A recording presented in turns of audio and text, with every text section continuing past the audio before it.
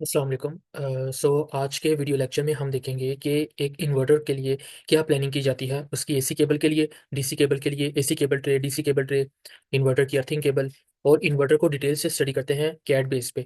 अभी तक जो हमारे वीडियो लेक्चर्स की एक प्लेलिस्ट चल रही है, वो इन्वर्टर उनकी प्लानिंग है 3D के रिस्पेक्ट से, जिसमें हम रैक पे इन्वर्टर सीखते हैं, हम वॉल पे इन्वर्टर सीखते हैं। उसके लिए different types of customize spots जो उनसे हम उनको डिज़ाइन करते हैं, और उस पे इन्वर्टर कितनी कितनी स्पेसिंग से आएंगे, उस रूम में कितने इनलेट्स है, उसका ट्रंच प्लान क्या है, वो हमारी प्लेलिस्ट साइड बाय साइड चल रही है।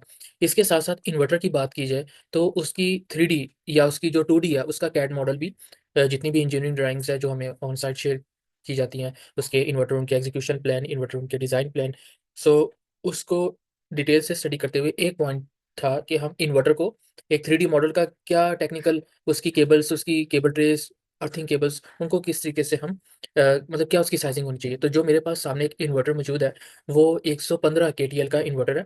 अब इसका जो प्रॉपर मॉडल है वो सन 2000 115 केटीएल M2 है। अब इसमें जो एक टर्म यूज़ हो रही है सन 2000, तो ये एक कोड है जिसको हम कहते हैं कि अगर सन 2000 हुआवे अपने इन्वर्टर्स में यूज़ कर रहा है, तो इट मीन्स कि ये ग्रिड टाइड इन्वर्टर है। In other words we can say it is on grid inverter, जो ग्रिड के साथ सिंक होता है। तो ये ग्रिड टाइड कोड है सन 2000, इट मीन्स कि ये ग्रिड टाइड इन्वर्टर है। अब आगे चलते हैं तो 115 ये उसका पावर लेवल इंडिकेटर है। मीन्स कि जो ये एसी आउटपुट डिलीवर करेगा वो 115 किलोवाट एसी पावर है। अब इसमें एक डीसी पावर होती है जिसको हम किलोवाट पीक में रिप्रेजेंट करते हैं, और एक होती है एसी पावर जिसको हम किलोवाट एसी में रिप्रेजेंट करते हैं। तो जब kilowatt peak P small letter आता है आपके पास सबस्क्रिप्ट, तो उस इट मीन्स कि ये डीसी पावर की बात हो रही है। लेट्स सपोज 115 केटीएल का इन्वर्टर है और हम उसको 23% ओवरलोड करते हैं, तो उस पर अराउंड 140 किलोवाट तक ही आ जाता है। उसकी जो पी नॉर्म कह लें या साइजिंग फैक्टर कह लें या डीसी बाई एसी रेशो कह लें या लोड रेशो भी हम कह सकते हैं। तो उस हिसाब से अब इसमें इन्वर्टर जो-सा है किलोवाट एसी 115 केटीएल, आगे केटीएल, तो के मीन्स के ये 1000, 1 लाख 2000, 1 लाख 25,000 मीन्स के 125 kilowatt AC, and TL means के ये ट्रांसफार्मर लेस है।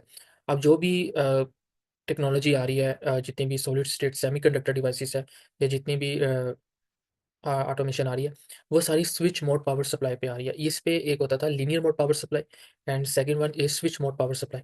जो स्विच मोड पावर सप्लाई थी उसमें हम ट्रांसफार्मर का रोल निकाल देते हैं। मीन्स कि अब जो ये हुआवे इन्वर्टर है, इसमें आपको ट्रांसफार्मर्स की सर्किटरी में नज़र नहीं आएगा, क्योंकि इसका नाम से भी आपको क्लियरली इंडिकेट हो रहा है ये ट्रांसफार्मर लेस टोपोलॉजी है। TL means transformer less topology. So आगे आ जाता है M2। M2 एक प्रोडक्ट कोड है। M2 मीन्स कि इसकी जो पीवी है, इसका जो मैक्सिमम डीसी इनपुट वोल्टेज है वो 1100 वोल्ट्स है। मीन्स कि आप जो भी आपकी स्ट्रिंग बनती है वो 1100 से बिलो होनी चाहिए, क्योंकि 1100 इसके मैक्सिमम वोल्टेज है। और इसको हम जब डिटेल से स्टडी करते हैं तो इसके जो एमपीपीटी वोल्टेज है, मैक्सिमम पावर पॉइंट, वो अराउंड 200 टू 1000 वोल्टेज है। अगर आप इससे ज़्यादा की पीवी बनाते हैं तो इसमें 2 चांसेस है। एक तो ये है कि वो आपकी जो स्पेसिफिक डीसी इनपुट है उसको डैमेज कर सकता है। सेकंडली इसमें फिर जो एल्गोरिथम होता है कि अगर पावर ज़्यादा जा रही है तो इसको ये कट कर देता है। मतलब वो ऑब्वियसली वो लॉसेस में ही हम कंसीडर करते हैं कि जिसमें पावर को क्लिप कर देता है। अगर वो क्लिप ना करे, कट ना करे, तो वो आपकी जो डीसी इनपुट है वो डैमेज हो सकती है। सो it's all about Huawei inverter model, जो हम कहते हैं सन 2115 केटीएल M2। M2 मीन्स कि इसकी जो पीवी वोल्टेज है मैक्सिमम, दैट इज़ 1100 वोल्ट्स।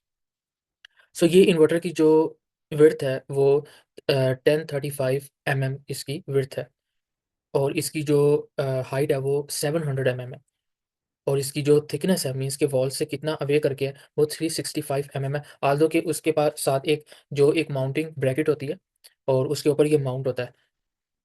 लेकिन इसकी अपनी जो इन्वर्टर की अपनी थिकनेस है वो 365 तक है। तो आपके सामने ये एक हुआवे का इन्वर्टर है, इसकी ये कैड डिटेल मॉडल है, और अगर आपको ये मॉडल चाहिए भी तो आप मुझे ईमेल कर दीजिएगा, मैं आपको मेल कर दूँगा। अच्छा, इसमें अब देखिए ये इसकी फ्रंट साइड है, और ये इसका साइड व्यू है, और ये इसकी बैक साइड है इन्वर्टर की। और ये जो आपको नज़र आ रही है, ये वाली साइड, और ये वाली साइड, ये इसकी एसी साइड है। इसमें हम अपनी जो एसी पावर केबल है, वो 3 फेज़ 3 वायर सिस्टम भी हो सकता है, वो 3 फेज़ 4 वायर सिस्टम भी हो सकता है। इट डिपेंड्स कि क्लाइंट की क्या रिक्वायरमेंट है। आप 3 फेज़ 3 वायर सिस्टम भी यूज़ कर सकते हैं और 3 फेज़ 4 वायर सिस्टम यूज़ कर सकते हैं। क्योंकि हमने ग्रिड में पावर को इंजेक्ट करना है, तो हमें आगे 3 फेज़ ही चाहिए। लेकिन हम जो 3 फेज़ फॉरवर्ड सिस्टम है, इट मीन्स के जो पहले 3 फेज़ है, वो आपकी लाइन है, उसमें L1, L2 और L3 आ जाती है, और जो इसमें 4 टर्मिनल है, वो न्यूट्रल कहा जाता है। इसको हम कहते हैं 3 फेज़ फॉरवर्ड सिस्टम। ओके, अब आगे चलते हैं। इसका जो बॉटम व्यू है, उसको हम डिटेल से स्टडी करते हैं। अब इसमें सबसे पहले आपको ये जो नज़र आ रहा है, इसको हम कहते हैं, ये मेरी जो सी वो डीसी इनपुट्स है, मीन्स के एक उसका पॉजिटिव टर्मिनल है, एक उसका नेगेटिव टर्मिनल है, ठीक है। और ये आपको जो नज़र आ रही है डीसी स्विच वन है, आप इसको मैनुअली ऑन ऑफ कर सकते हैं। मीन्स के जो हमारी स्ट्रिंग्स इस डीसी इनपुट्स के साथ कनेक्ट है, उसका जो मेन कंट्रोल है वो डीसी स्विच वन है। उसको हम डीसी स्विच जोन-सा है, उसको हम ऑफ करते हैं। इट मीन्स कि हमारा इस पे जितनी भी हमारी स्ट्रिंग्स अटैच है, वो पीछे से बेशक सनलाइट पड़ रही है, इरेडियंस पड़ रही है, लेकिन वो आगे डीसी जोन-सी है, हमने उसको इलेक्ट्रिकली आइसोलेट कर दिया इन्वर्टर से।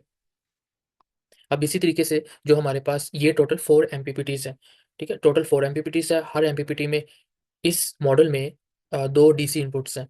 इसी तरीके से हम इधर चलते हैं, तो इधर 3 एमपीपीटीज़ है, और उसका जो कंट्रोल स्विच है, डीसी स्विच 2 के नाम से है। इसको मैं अगर ऑन करता हूँ, इट मीन्स के पीछे से अगर एक ख़ास सनलाइट प्रोजेक्ट हो रही है पैनल्स पे, और प्रोडक्शन का टाइम चल रहा है, जो मेरी सोलर विंडो होती है, तो जो अपना इन्वर्टर है, वो इसको डीसी को एसी में इन्वर्ट कर देगा, जिसको हम कहते हैं कि डीसी को एसी में हमने करना हो, तो that is why we use inverter for DC to AC. Okay, so अब थर्ड आ जाता है डीसी स्विच 3। डीसी स्विच 3 के केस में डीसी स्विच 3 जो सा उसमें मेन कंट्रोल है फॉर द नेक्स्ट 3 एमपीपीटीज़, और हर एमपीपीटी की टोटल 2 डीसी इनपुट्स है, तो इट मीन्स कि इस पूरे जो डीसी ग्रुप है, यानी कि जो डीसी इनपुट्स हैं, उसका सारा कंट्रोल इस डीसी स्विच 3 के पास है। अगर मैं इसको ऑफ कर देता हूँ, तो अब इसमें जो भी स्ट्रिंग्स अटैच है, रिगार्डलेस ऑफ कि वो पैनल्स पे सनलाइट जो-सी है वो प्रोजेक्ट कर रही है, ये इन्वर्टर इस ग्रुप को कभी भी इसकी एसी कन्वर्जन नहीं करेगा। तो इट मीन्स के 2 चीज़ें हमने अंडरस्टैंड की है कि ये हुआवे का इन्वर्टर है।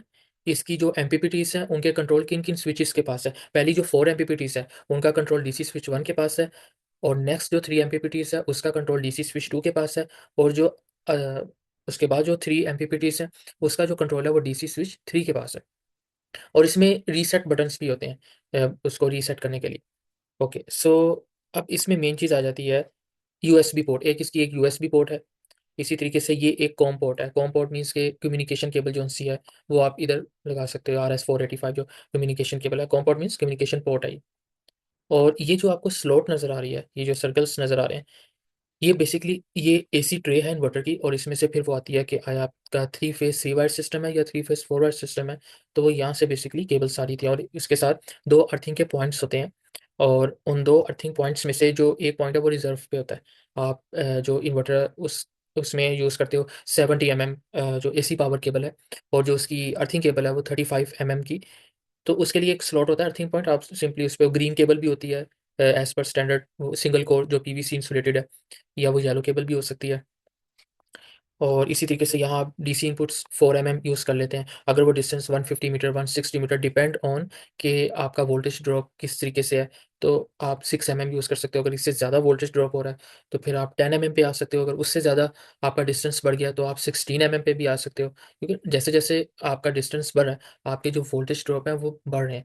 तो उसको हम काउंटर करने के लिए फिर केबल का जो साइज़ है, उसको बढ़ा देते हैं। वो 4 है, वो 6 है, 10 है, 16 है, 25 है, ठीक है, 35 है, तो इस तरीके से 50 है। ख़ैर वहाँ तक ज़रूरत नहीं पड़ती। आमतौर पे हमारी जो टर्मिनेशन होती है, जो इन्वर्टर की, मतलब जहाँ हमारे फ़ील्ड में पैनल्स लगे हुए हैं और जहाँ हमारा इन्वर्टर माउंट है, वो अराउंड मैक्सिमम भी 16 तक हो जाता है। इससे ज़्यादा डिस्टेंस पॉसिबल है, हो सकता है, अगर आपके पास बहुत बड़ी ग्राउंड फ़ील्ड है और आप कंक्रीट पाइलिंग हो, गैल्वेनाइज़्ड आयरन स्ट्रक्चर उस पे माउंट करने जा रहे हैं, लेट्स सपोज़ वो P1 का है, जो 24 डिग्रीज़ के साथ है।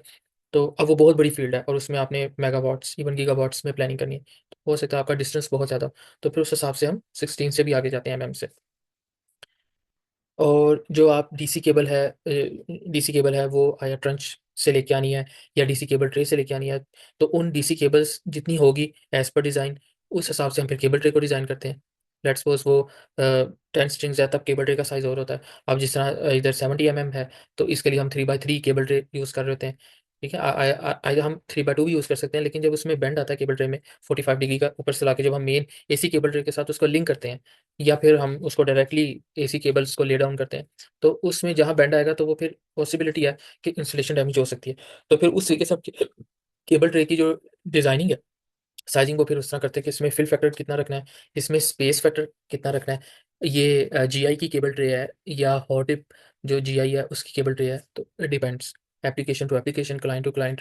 और जो ऑन साइट सिनेरियोज़ होते हैं, जो उसकी फिज़िबिलिटी एनालिसिस होता है, उसके रिगार्डिंग फिर हम इस चीज़ को देखते हैं।